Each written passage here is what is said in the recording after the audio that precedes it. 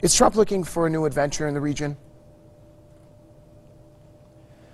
Well, Trump and the people around him and the people in the Pentagon have certainly been intent on watching and threatening and sanctioning and working up toward a possible war on Iran for well over a decade. And this has openly been part of the operation in Syria out of the mouths of Pentagon officials and senators and Congress members since long before Trump moved to town. If the people of the United States don't want this, and if the people of Iraq don't want it, we need to say no to it. Iraq doesn't need to have military bases in its country that function to bring in weaponry that ends up in what everybody considers the wrong hands, that train people to become what everybody considers terrorists, that are used for, Trump's photo ops in the region, and that are used to threaten disastrous wars on neighboring nations. Iraq ought to be saying no to this. The United States ought to be saying no to this, but it's not happening yet.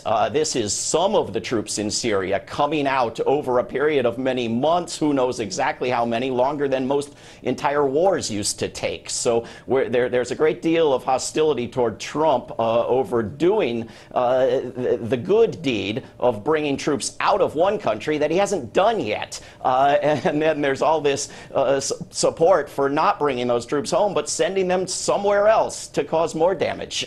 So, there's a problem of rhetoric here as well as a problem of actions. With the 2015 nuclear deal, the United States is the one that left, as confirmed by the IAEA and numerous spy agencies in the United States about Iran's compliance. Trump's remarks could be seen as severely aggressive and a direct threat to Iran, couldn't it?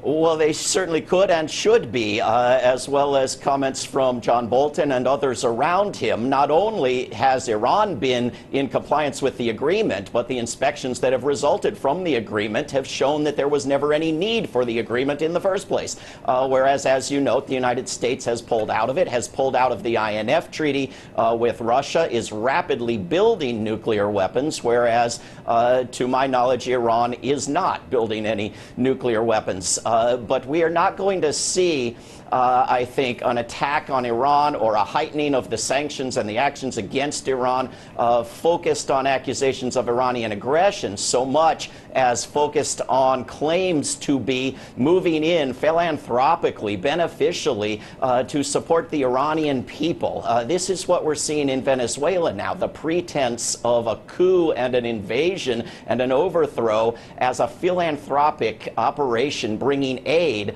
to a country suffering under brutal sanctions from the same government that is pretending to bring in aid along with armed military forces. So this is the new approach that we need to be aware of in watching U.S. actions and U.S. propaganda around Iran.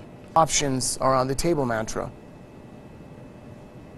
I think he holds the U.S. record for contradicting himself. There was a good point just made that the United States, with its air wars, does not actually need forces in Iraq in order to attack Iran any more than it needs forces in Japan in order to attack Korea. It can attack anywhere on Earth from the United States, should it see fit.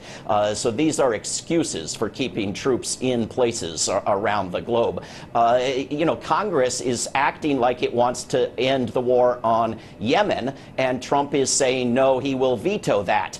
Trump is claiming he wants to end the wars in Syria and Afghanistan, and Congress is saying no, you better not, but Congress has not prevented him from doing so. He is absolutely free to do so and not acting on it.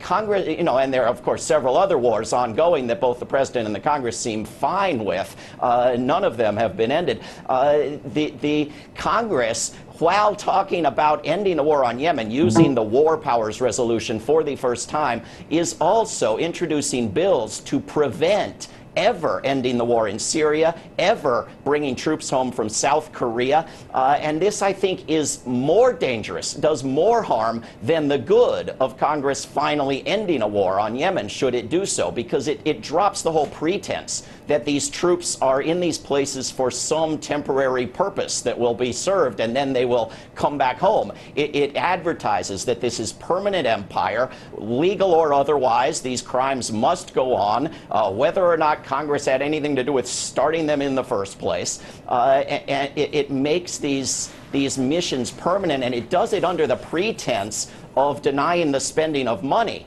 even though it costs more money to keep the troops in these places than it does to bring them home. So this is something that we in the United States really, really need to resist, this legislating of permanent war on particular countries around the world. Swanson, your thoughts on that? Is the U.S. president, the current U.S. president, alluding to the Bush family? Well, I think that makes a certain amount of sense. It's also very popular in the United States to oppose permanent wars, to demand an end to war. Peace is very popular, but people aren't always presented with alternatives. For example, we're told we must keep troops in Syria or face disaster and mass slaughter and killing of innocents. And this is not the case. There are alternatives. There is the alternative of sending in unarmed civilian protectors through the United Nations. There is the alternative of diplomatic agreements. There is the alternative of disarmament agreements. There is the alternative of sending in actual humanitarian aid on an unprecedented scale that would cost less than continuing the military operations. And so President Trump speaks for peace where he thinks he has to win public support. He also speaks for war and nationalism and bigotry and toughness and machismo where he thinks that's going to win him the support he needs. Nobody in his audience in Congress or in the White House is talking about real nonviolent permanent solutions that get us out of these vicious cycles of killing and armaments. Mr. Swanson, you mentioned Trump trying to get his support. The exiting of the U.S. forces from Syria, as you mentioned yourself, has received mixed reactions. Is Trump trying to be less hawkish elsewhere, more though on Iran, to appease his naysayers in the U.S.? You know, he campaigned on I will end these permanent wars of regime change, and I will kill more people and kill their families and enlarge the military and so forth. He is the master of contradicting himself. He tries to please everyone, and it works in U.S. politics because most people hear the bits they want to hear and don't hear the other bits. And yet, the people who traditionally one would think might respond positively to movements toward peace react negatively just because they are trained to react negatively to anything Trump does, even if they agree with it. And the United States public has been manipulated into this belief that everything Trump does, he does at the direction of Vladimir Putin. Even the many things Trump does that Vladimir Putin is dramatically opposed to, somehow Trump does them on Putin's behalf. He's a treasonous servant of Russia, and this overrides the acceptance, the support for peaceful gestures that one might have expected from certain people prior to Russiagate. In your views, the driving force behind all of this rhetoric and anti-Iran tensions, is it Israel's interests, or is it the fact that Iran is an independent country in the region and that really irritates the U.S.? Well, it's not Russia, not principally. Russia doesn't want an overthrow in Venezuela or weapons in Ukraine or a million other things that Trump is doing. Certainly Israel is a big part of it. Certainly Iran's independence and opposition to U.S. domination is a big part of it. Certainly the profits that come from the war business and the votes that come from the machismo and the patriotism and the flag waving are a big part of it. We need to move in a radically different direction. We need to get the U.S. troops entirely out of that region and all the other troops of all the other nations, including the Iranian troops, out of Syria and the rest of that region, and establish disarmament agreements, diplomatic agreements, and a path toward human survival. Same question to you, Mr.